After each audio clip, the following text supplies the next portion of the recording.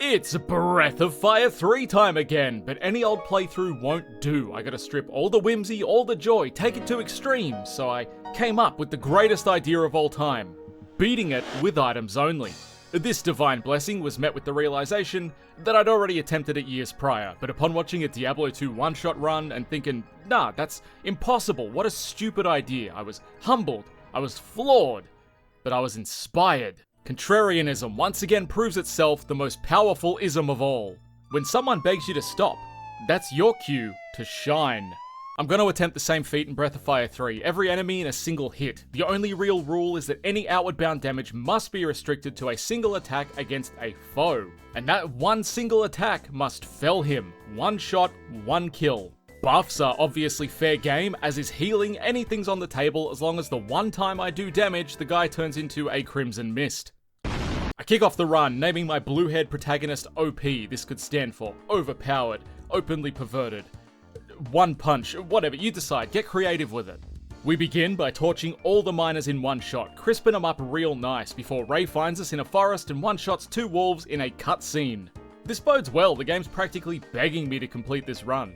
Moving through the story, we bump into Bunyan with the goal of robbing his house while he's away, but I've got bigger plans. I need to power grind my boy Ray. I'll start by putting him at the front of the party and switching to the attack formation, which allegedly increases his power by a whopping 70%. I'm not sure of the specific number, but it does increase attack. Then I'll one-shot my now naked boys to feed my feline 100% of the experience to make leveling easier. I also buy him a weapon upgrade, gaining an additional 2 power for a total of 34, because I leveled up once on the way. The opening is quite constrained, there aren't many decent spots to acquire strength, and I pray for more than one enemy per encounter so that OP and Tipo have enough time to one-shot themselves as they revive after every battle. I initially hit up the question mark spot with the bridge and the secret holes full of money. There's a small chance of encountering puff goos which pay out 15 experience a pop, but this area has a solid spread of monsters that give more than goblins in the other areas. You might be wondering why I'm juicing Ray and not Ryu or Tipo. Well, while Tipo would likely do a better job with his magic, I need them to remain at level 1 for later, so they will both be perma-dead until after the first boss. Speaking of, he has 200 odd health and my starting attack steal around 30 with a level 5 Ray, so we've got a long way to go. Ray can one-shot most fodder monsters at this point. He's got his finger on the trigger, though sometimes a low roll sees him miss by a few points, but we don't believe in snake eyes. We do have to run from those battles though. Now, as you can see at level 12, I'm still only doing 50 odd damage, so what's the plan to deal 300 in a single strike? Well, dear viewer, I don't have one. I'm gonna do one more level and we'll go from there. Look at me slaying monsters with such efficiency, my muscle memory is fine-tuned already. Okay, let's make some story progress. We hit Bunyan and fail to one-shot him, but then we realize that his house is defenseless and that bodes well for us. We're captured, ironically one-shot by Bunyan, and he asks us to one-shot these logs, of which we clear like 20. Now, Ray leaves the party, and with 2 level 1 guys, we have to flee our way to the top of the mountain to get Ray back. A few close encounters see us reunite with our feline companion. We load him into the prime attack position and face the new. I hit attack, and I pray, and believe it or not, it works. I sat there for a second in complete disbelief. On my first attempt, Ray crit the new for 118 damage, which ended the fight. A miracle has occurred.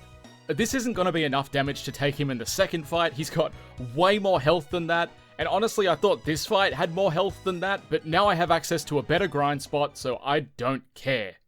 Inside the News Cave, groups of bats appear, sometimes up to 5, and they each yield 8 experience, and can be consistently felled with 1 jolt from Ray. That's right, one-shotting with magic. There's also a free heal just outside the cave. The only thing I have to watch out for is the zombies. These guys start confused and can slap each other, and if they hit each other and I get a high roll, I can kill them, but I'm unable to beat them without help. Effectively, it's too slow to wait for them to kill themselves, so when I see them, I flee and pray for a group of bats. After hitting level 14, I'll take my first shot at the true new. I can do about 150 with a crit, which is nowhere near enough. Did I mention he's got 300 health? Yeah, I did. Cool. I grind a bit more, it's becoming a slog, so I start to look at the bestiary, and wouldn't you know it, I found some really interesting things. There aren't really any drops or steals we can use, but enemies use skills that the player can learn, and 2 may help us here. The first is Gloom. Bats use this when they're on critical health, and it turns an enemy undead. I'm unsure how useful this would be, also I can't really get a monster down to critical health because it's a one-shot challenge. Maybe if I load into a battle with a zombie and keep rolling until they do enough damage, or hit the bat to weaken it but not kill it and then flee. I'll come back to this later. The other thing is learning blind from the birds and then use it to kill the puff goos, which will triple their experience. This will take me from 15 experience per puff to 45 if the ailment sticks, and over 100 for a group of 3. That would be fantastic. A fair ways down the green and I arrive at level 19, wherein my power is 69. Tell me that's not a sign. If this isn't the game telling me that the new will definitely die now, I might be mildly schizophrenic. I eventually get a crit off and it's back to the grind mines. I got a low roll, but barely did 140 damage. Level 22, 82 power. I rolled around 230, which isn't bad, but we need more power. A few levels later, level 25, 88 power, and I hit a 117 with a regular attack. Instead of save scumming for a crit, we can use the formula to get a vague idea of what we're packing. Critical hits are calculated by taking the standard damage formula, which I'm fairly sure is power minus defense, and then double it, so 234, but you're given about 25% of what your attack would do without the defense calculation. But to hit that, I'd need to roll a crit, which is a 5% base chance on Ray, on top of a high damage roll. So to safely clear it, let's get a few more levels. Level 28, 97 power, I rush this guy, I go for that first strike critical hit and pray for a high roll. The game refuses to give me the fucking high roll during the crit, and I can only save scum so far, so let's go one more level just for good measure. I hit level 29, Ray learns death. Unfortunately, the new is immune to death, but we'll put that baby in our back pocket for later. I march in, my furry cock practically walking for me. I keep the heat on and bang! 302 damage in a critical hit. That's it, baby. That's the one shot. And it only took me an entire day of grinding, a literal 24 hours. But hey, it's doable, which means the rest of the bosses must be as well. It'd obviously be pretty easy to take the next few bosses with Ray, seeing as he's practically at an endgame level. So, for my next trick, I'll apprentice Tipo under the newly unlocked Master Migas for our entire coin purse, which is 16,000 zen. Yeah, I might spend some of that first. A quick shopping spree later, Migas takes us under his gunt, concealed beneath his beard, and we're power grinding Tipo. Now, I want him to be level 13, which will unlock Fire Blast, and also give us all of Migas' learned spells, which we'll get to in a minute. There's one final thing to do before we progress the story, and that is, of course, a cheeky bout of fishing. Catching both 2 bass and 2 rainbow bass allows me to trade the silver knife with the Manillo, which does bonus damage to undead foes. Invading the McNugget compound, we approach a guard who tells us to kill a dog, and we can pass. I've trained my whole life for this moment. I approach, I use Meditate twice with Tipo, which makes our magic insanely stronger. I cast Fire Blast and do 62 damage. Let's try that again, but with the magic ball this time.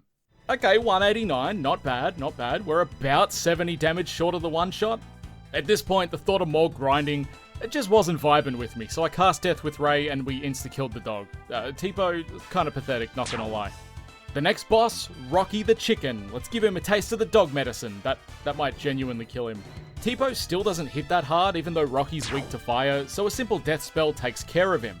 Now, Ray runs off to enter the mansion, and this pathetic simp must be relied on to carry us through, as Ryu has to remain dead.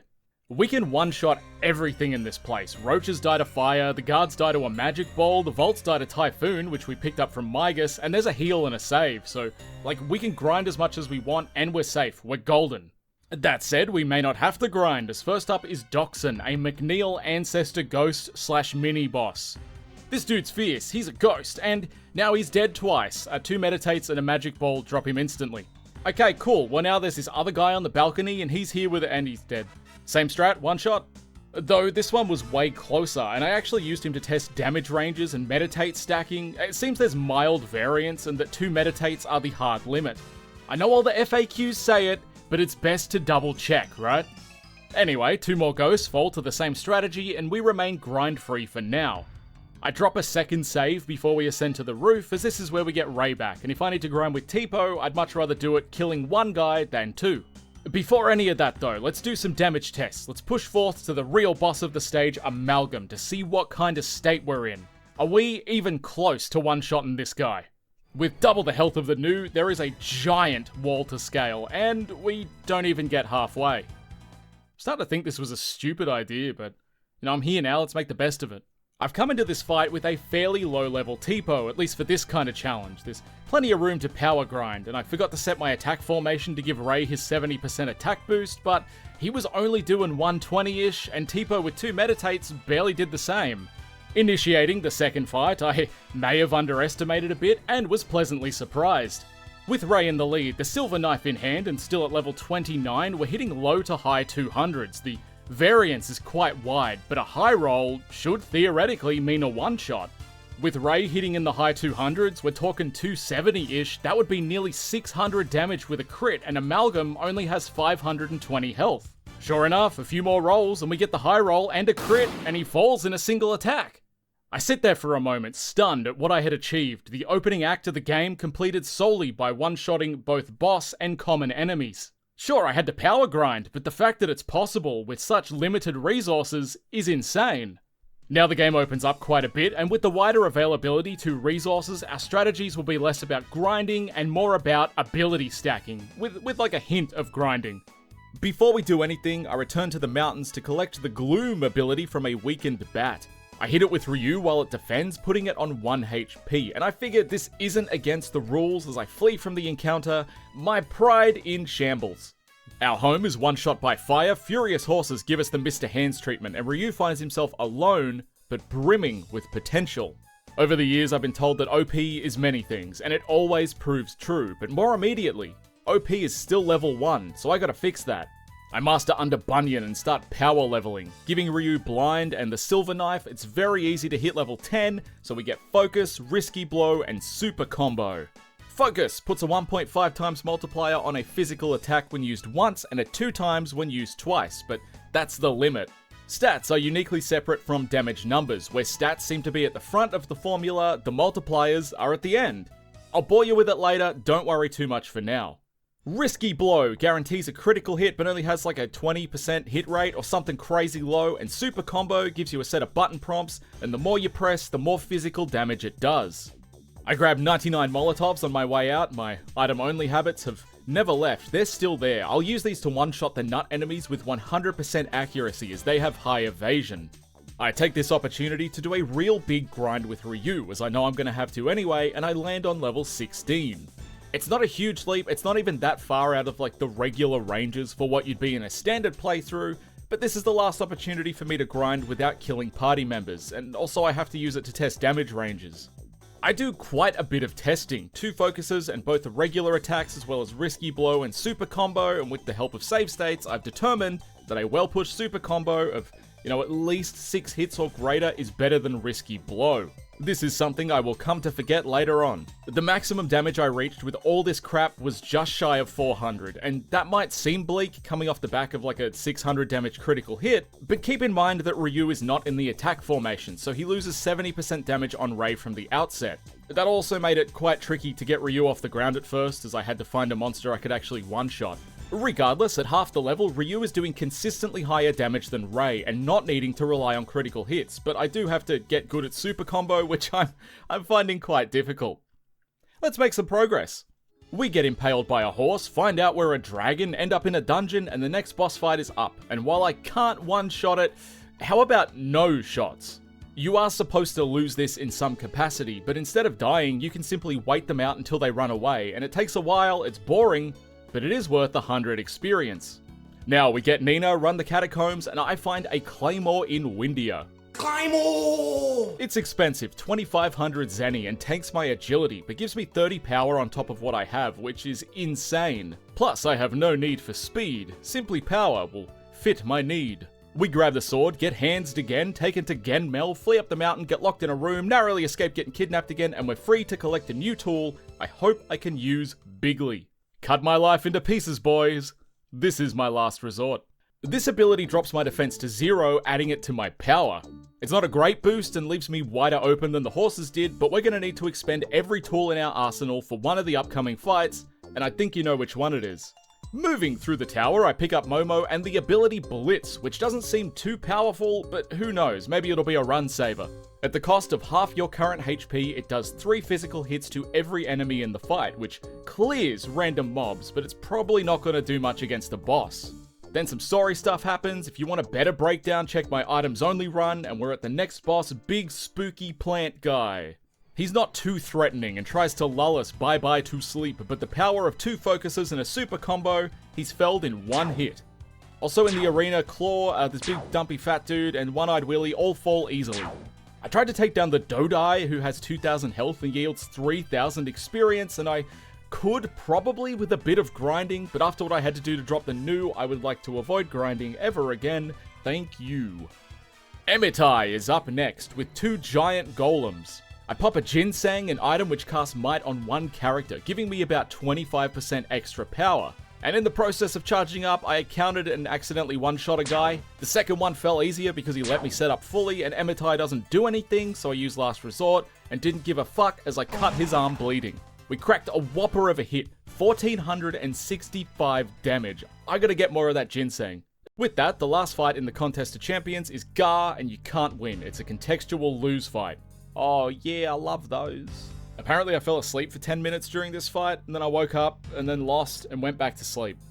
I truly suffer for my art. Anyway, my attempt to cross this inconspicuous bridge is met with resistance. Horse resistance.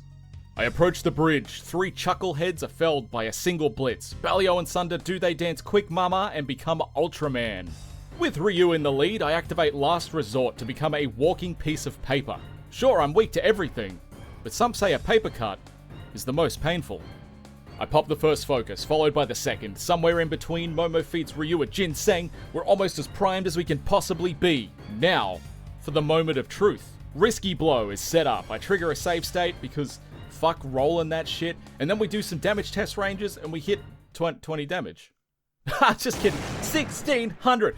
Bang! One shot the horse. There's nothing that I love more than taking a casual filter and completely trivializing, just making them seem so pathetic that a past version of myself would weep at how he struggled. And today, this buck is broken. Whew, the run's fucking on now, boys. With that, I put Nina under Durandal for 3 levels, which gives me access to another master later on. I figured if Ryu's gonna be the point man, I should also unlock Pharl for my side hose who will buff and heal me as his defense and HP gains are immense. Ryu can be a glass cannon all he likes, but someone's gotta sweep up the shards. Speaking of pathetically weak, I apprentice Bade. Obviously this guy doesn't count toward the one shot as he's not an enemy, he's a friend. I love this part of the game, making this dude so tanky he can destroy my core party. What a great minigame. Anyway, we rush the lighthouse to gaze at Gazer, who takes a few tries but is way closer to a one-shot than Stallion.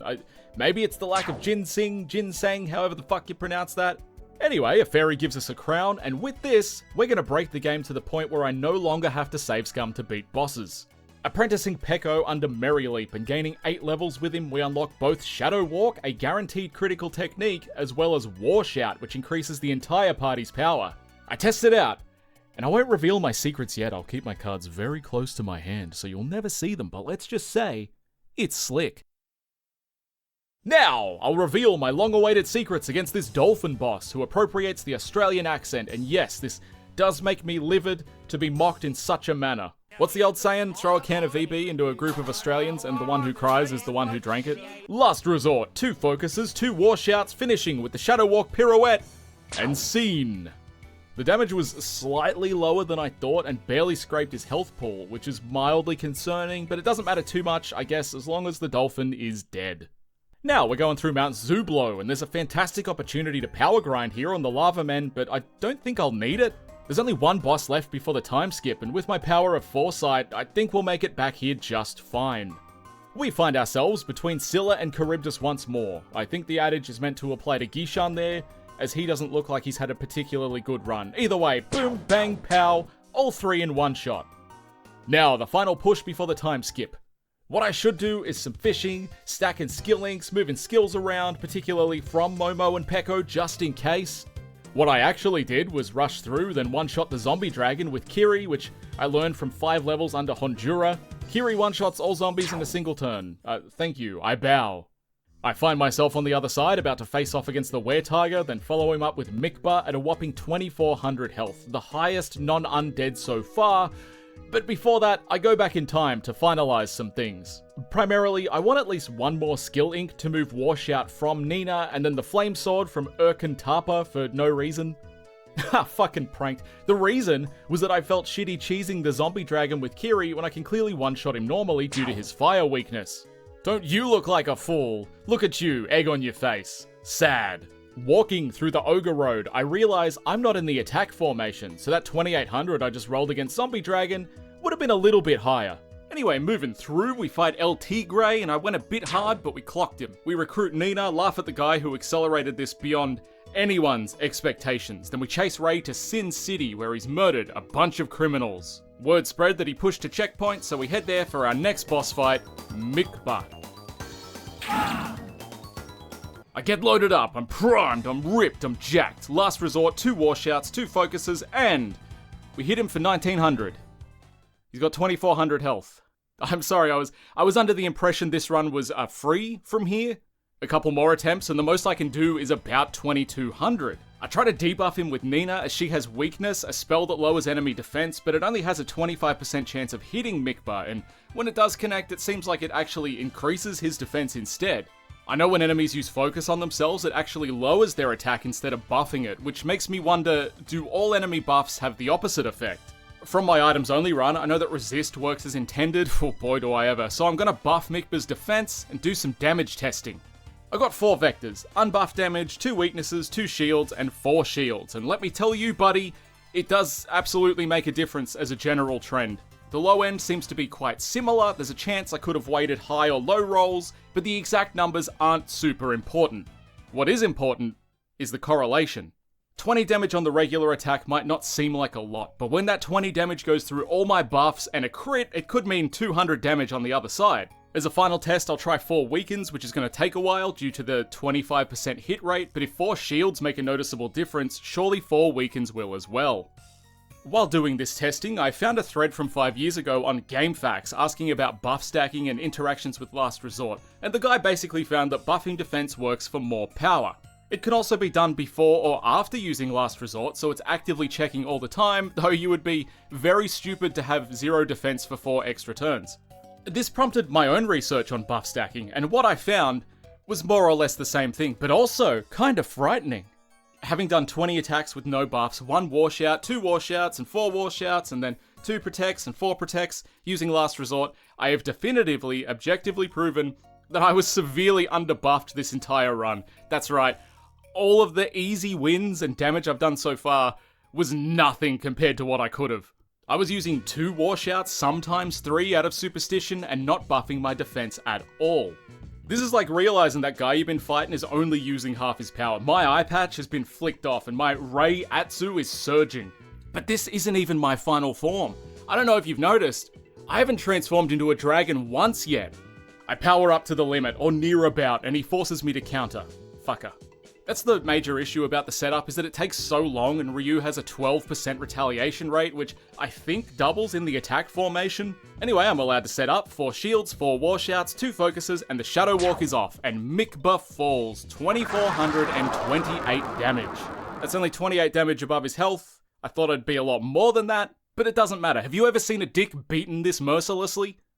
Don't answer that. Next, we get Momo and Peko back and raid the facility under the plant. It is here where I'll get 2 more useful tickets to ride. The first is Flame Strike, but I'm having issues with it. The learn rate sucks, and due to it being a one-shot challenge, any monster with a breath attack is significantly more dangerous.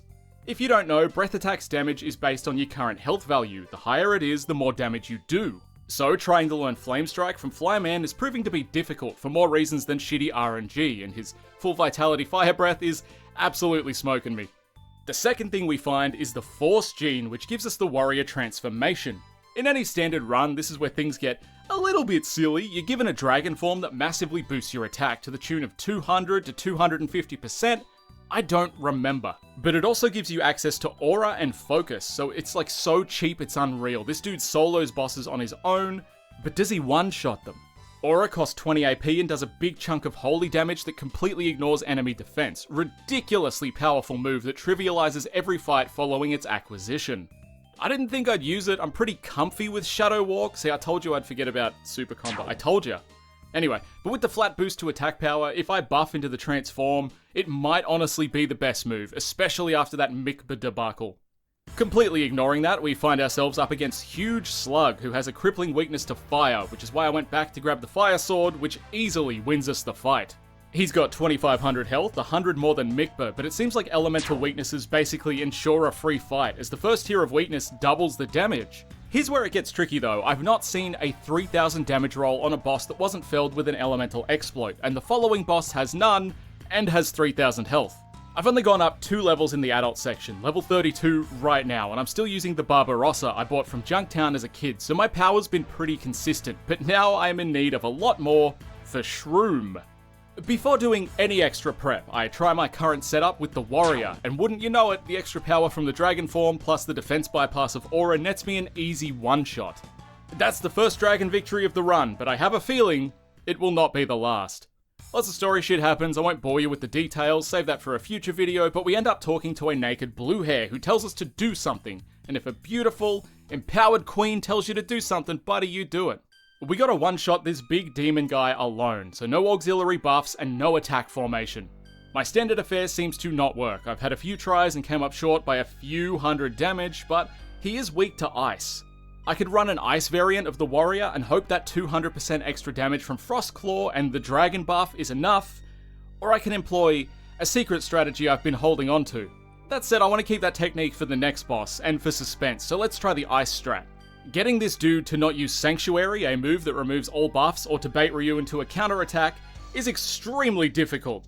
The ice strat is off, and we do 2300, so roughly what we did with a regular Aura Strike. Oh, this is such a tease. Alright, I'm doing the strat. I'm not grinding again, fuck that. The technique I learned from the bats on Mount Glaus, Gloom, which turns an enemy undead, well, you know, guess who has 5 resist to status? That's right, there is a 25% chance this dude will become undead. It takes a long time, but I land it. Lean into a double focus aura, and hit 6600 damage. I could have easily made that 100 difference with a few levels, or grinding the Fairy Gift Store for a Demon's Bane, which works against Geist for an extra bonus to damage. I don't know, I just think it's better to use the tools you already have than to go looking for other tools.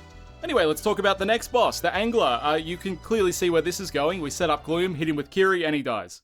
Okay, that was a bit underwhelming. Let's do that again. Here we set up Gloom, do our ritualistic power increasing moves, then hit him for 8,000 damage. I don't know where he came from, but I fucking sent him back. We grab some scrap, repair a boat, make some shisu, then ram a boat into a bigger, blacker boat. I'm pretty sure I've used that joke already, but then we're up with the next boss, the Ammonites, or Ammonites. There's 2 of these guys, but they only have 2000 health each and are weak to thunder, so slapping my Barbarossa on and using Thunderclaw with the Warrior Thunder Dragon split, I barely buff it all before we clap him. There are 6 bosses remaining, not including the boss rush. So far, we've cleared this entire game with a single hit per enemy. Some of my grinding may have taken some liberties, but the fact that the first kill was a one-shot means it's fine. I hope you're not disappointed when I tell you that I'm only confident I can take 2 of the remaining 6, and I'm almost certain about that, unfortunately. The next boss in my mind is where it all ends, the Run Killer. Let's go over why. This bloke, this is Elder. He has 5000 health, is immune to all my chi strats, has no elemental weaknesses, and he can't use Dragon Transformation because of his stupid anti-dragon barrier, so any stat increases from that are not on. I'll give it a go, I'll stack all my buffs and we'll pray. You know, the usual affair, washout, shield, last resort, 2 focuses, and a shadow walk nets me 2500 damage. Oh boy, that's not a good boy. I'm unable to unlock Aura for Ryu as like his base form, as to acquire it as a learned skill you have to apprentice under the final master Ledon, who is unlocked by getting all the dragon genes. Unfortunately, defeating Elder grants you the final one. I did some damage tests, 2400 was a low roll, I saw as high as 2800, but that's still just over halfway. The current plan is obviously to grind, but I'm not just going for experience, I'm doing what I like to call sneaky grinding.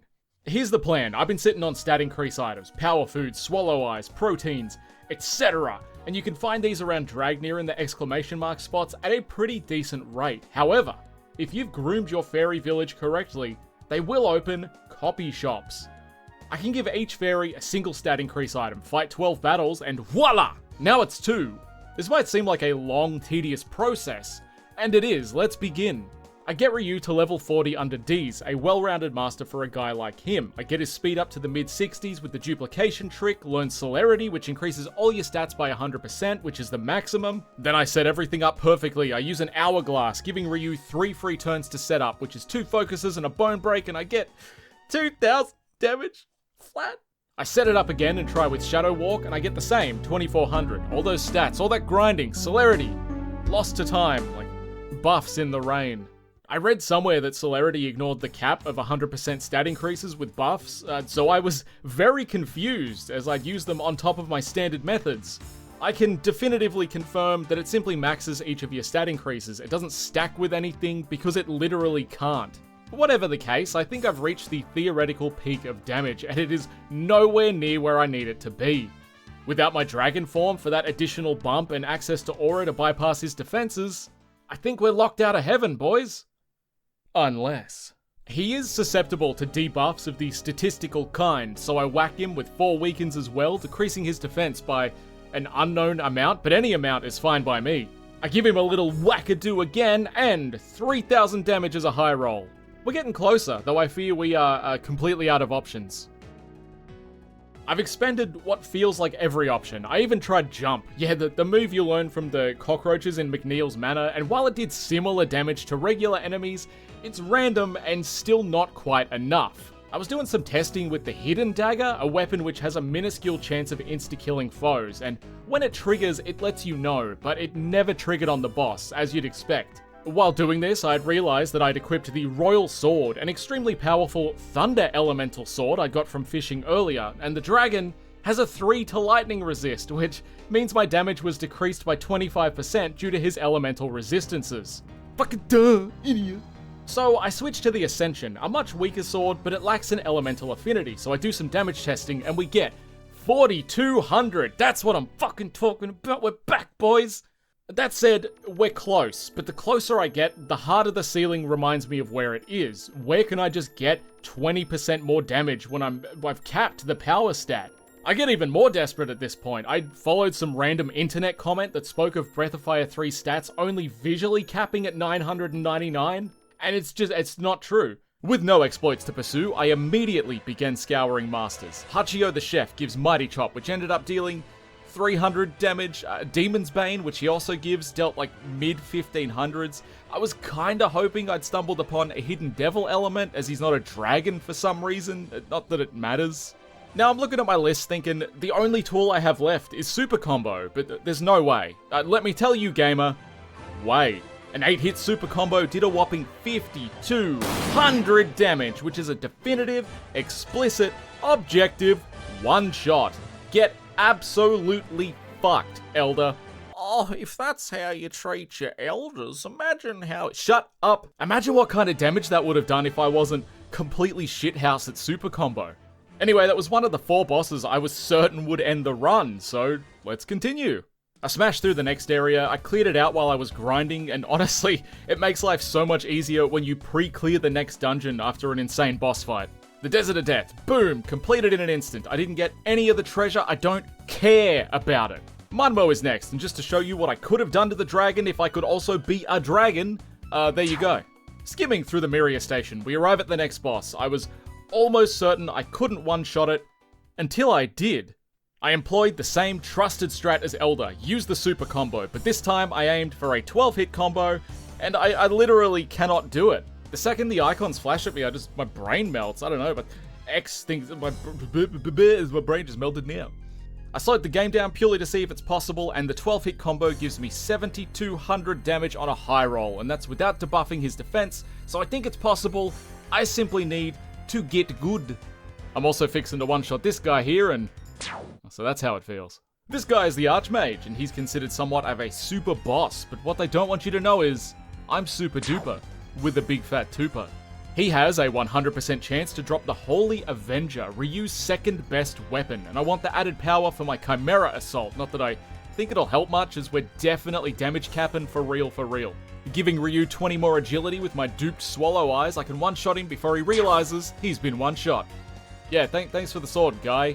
Now, Chimera has a 5 resist to status, which means he's got a 25% chance to cop a debuff. At least that's what it says on paper, but the higher your intelligence, the higher the chance it ticks, and for some reason, my Momo has nearly 250 intelligence, which is the cap of the formula. She was apprenticed under a Magic Master for 20 levels, it just didn't occur to me that she had become a powerhouse. So, Momo is my buffer. I'll use an Hourglass to give her 3 free turns and try to get at least 2 defense drops on this dude because his Paralyzer attack is annoying and I hate him. 3 defense drops are off, and I figure, let's give the new sword a spin. Now, due to the slowdown I'm allowing myself to use because, look, there's no way in hell I can do it legit. I discovered that you can actually go beyond 12 hits in Super Combo. I don't know how far you can go, but I hit 13, which was just enough to win. I'd say that was probably a mid-roll based on 12 doing 7,200 last round, but you know what? One shot's a one shot, even if I had to slow the game down to achieve it. Look, I don't feel great about it, but I am never hitting 12 or 13 hits legit, I guarantee it. My highest was like 9. It is possible though, and that's all I really care about. With the Chimera felled, there stands 2 challenges before us, D-Lord and Miria. Not you.